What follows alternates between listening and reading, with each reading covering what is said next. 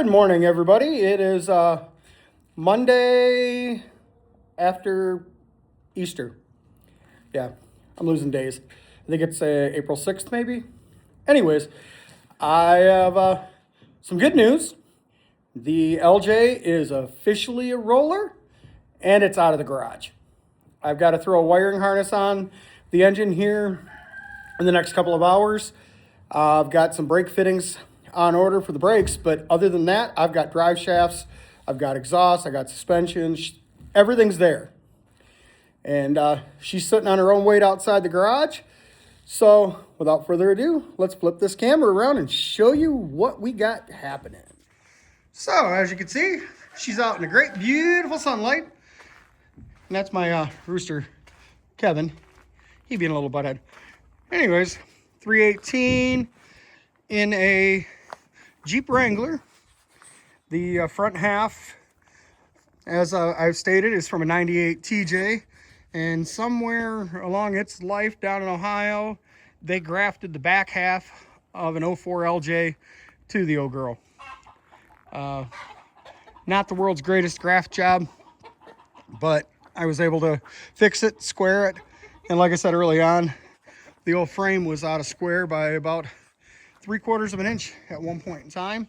It's when I discovered that there was cracks in the welds, and the more pieces I removed, the more she laid cattywampus. But as I put material back in and squared it up, between tape measure, floor measurements, and everything else, I'd say I've got the old Jeep within about 1/16 of an inch. Yeah, see, there's my rooster. And then some of our other chickens, and somewhere around here, there's a field of ducks. But anyhow, I just wanted to share with you what we've got going on. I did a full center cradle. Only ended up lowering the drive line in the middle, right in the neighborhood of about 2¼ 2½ inches. We did upper triangulated, mild lower triangulation, and what have you. I still got to set some adjustments there. I do have the fuel lines ran. I've got breather vents in for everything that's in it. I did not intend to dump the exhaust right there for the moment, so I can make the Jeep blessing. That is where the exhaust will dump, with the intention of later this summer actually taking it into an exhaust shop and getting a proper exhaust done. Again, it is a 318 out of a 96 Grand Cherokee, late 96, so it's a 96, 97 computer. My electrical system in this Wrangler is a 98 TJ. I spent the better part of a week going through the 2 factory service manuals. And if everything serves me correct, because I am going to run the ZJ computer, which has no skim, due to the fact that I'm keeping the ZJ automatic as well. And if everything serves me right, I should only have one, maybe none, wires to move. The area in question, I've talked to a couple people that have done this project, and it always seems to stem from the here's the ducks. It always seems to stem from the fact that the fuel gauge doesn't want to read.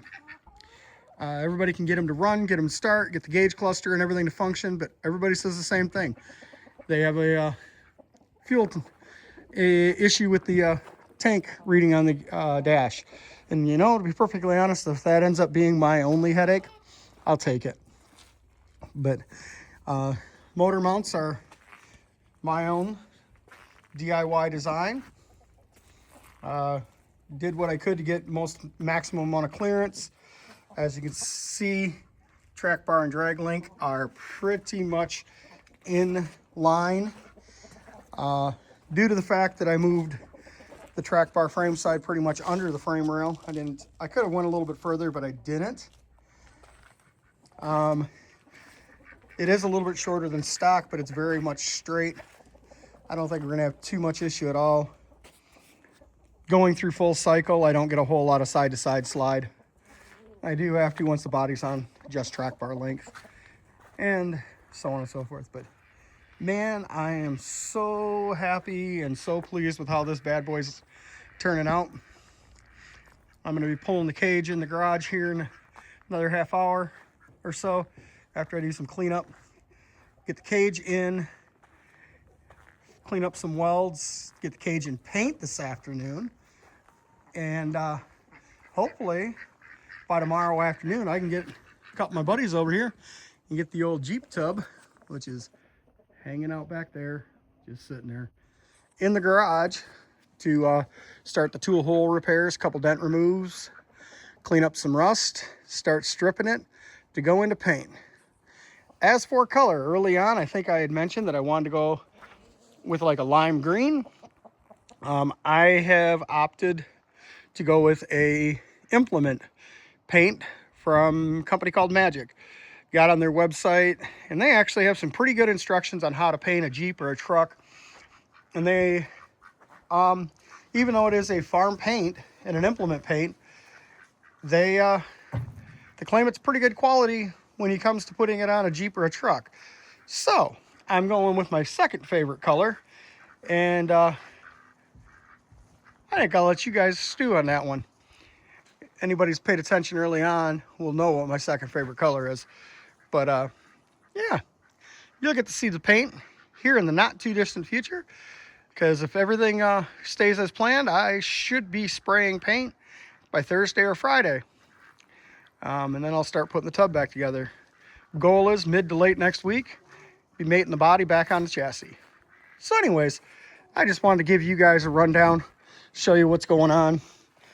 And here in the not too distant future, I'll start throwing together all of the pictures I've taken thus far into a flip book that you guys can see. I didn't really do a whole lot of video on, and it wasn't until recently that I started doing a good quantity of video walkarounds. So anyhow, till later, keep on aging.